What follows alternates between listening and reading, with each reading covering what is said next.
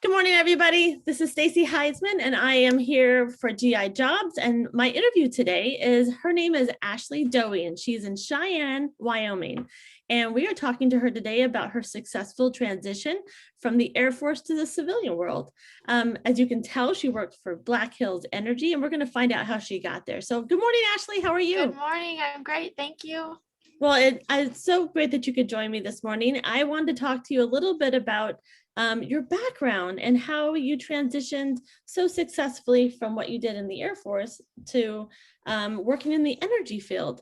But first, I have to find out, as I was reading a little bit of your background, you didn't exactly thought you weren't sure military was in your future, right? Nope, not at all. Tell me a little bit about why that is. It's nothing that was in our family. It was nothing that was talked about. So there's not like there's a long line of military in my family. I was a cheerleader in high school. I did swim team. I did crafts. You know what I mean? I was just kind of stuck in a rut with what I was going to do. And my mom had mentioned maybe I should join the Air Force. At first, I was very offended that why would you want me to go away? I have no idea what this entails. But then, it's just doing some research, speaking with a recruiter. It seemed like it was a good fit for me. I love that story. Now, where are you from originally? Modesto, California. Oh, you're from California. Okay, Yes. got it. Yep. So you were a cheerleader before, and then what I was surprised to find out is what your MOS ended up being in the Air Force. So tell me a little bit about, okay, so did you go to a recruiter? What did you do? I did. I went to a recruiter, and any military person watching this, they're going to chuckle. The recruiter's going to tell you anything that you need to hear to do it. I could have either have gone finance or security forces, which is essentially law enforcement in the military. And they had sold me saying that I could have a canine with me. So on patrol, I'll have a dog. I could do whatever it is that I wanted to do. And I said, sign me up. And I will tell you, I was in for 11 years and I never had a canine with me. Never. I have a feeling there's a lot of people right now watching this that can completely relate to that. Yep. But that's how they got me. Oh, that's so funny. So you were actually in 11 years, is that right? Yep. So you did security forces. Tell me about some of the bases you were at. So I spent almost 7 years at Wright-Patterson Air Force Base in Ohio. And then while I was stationed in Ohio, I went to Balad Air Base in Iraq. I went to Bagram Airfield in Afghanistan, and I went to Qatar. Yeah. And then after those deployments, I was able to do a permanent change of station to Beale Air Force Base, California, where I finished up my time. I was there for 4 years, and then I separated. Oh my goodness, that is insane. So you went from a cheerleader to guarding bases, right? Yep, I did. What I love about it is that your friends back home, your friends and family who knew you did not see that coming, right? No, not at all. No. So what, like what do you say at the high school reunion when you went back? Were they just like, what?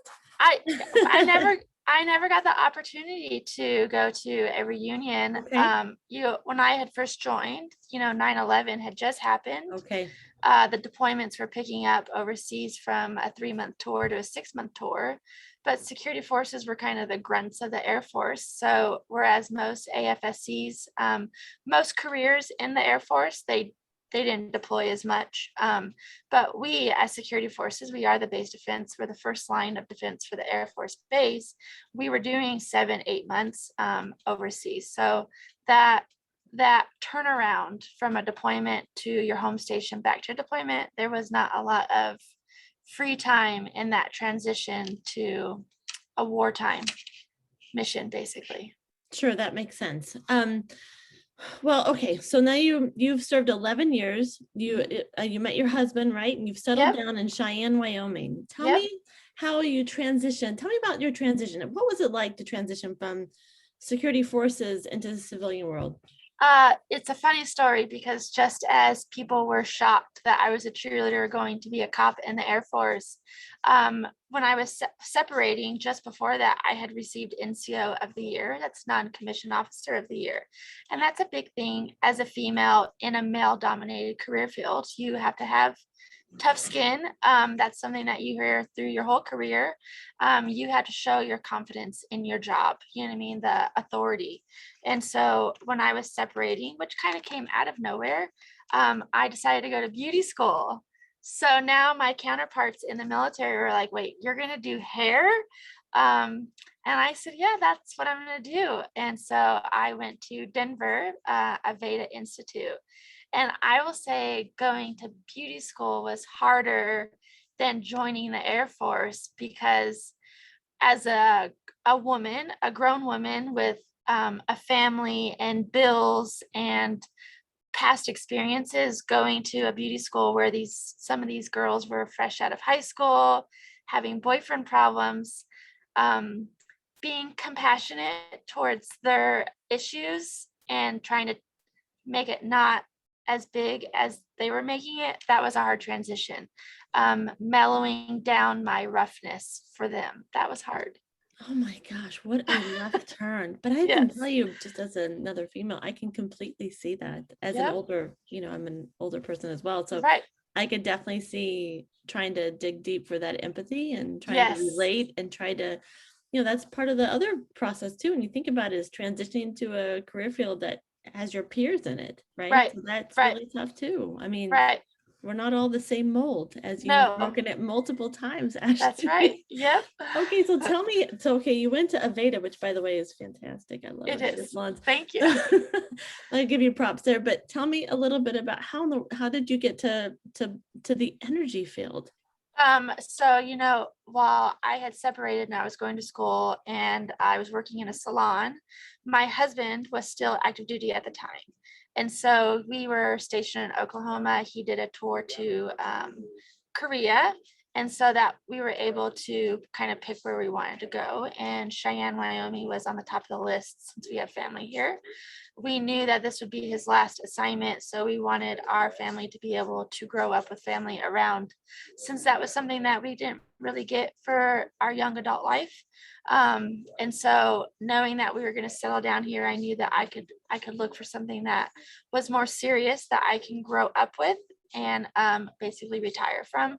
And so looking for that type of position was on the top of the list. And before I had separated, I did a operation support with security forces. And so this happened to be an operation support position with Black Hills.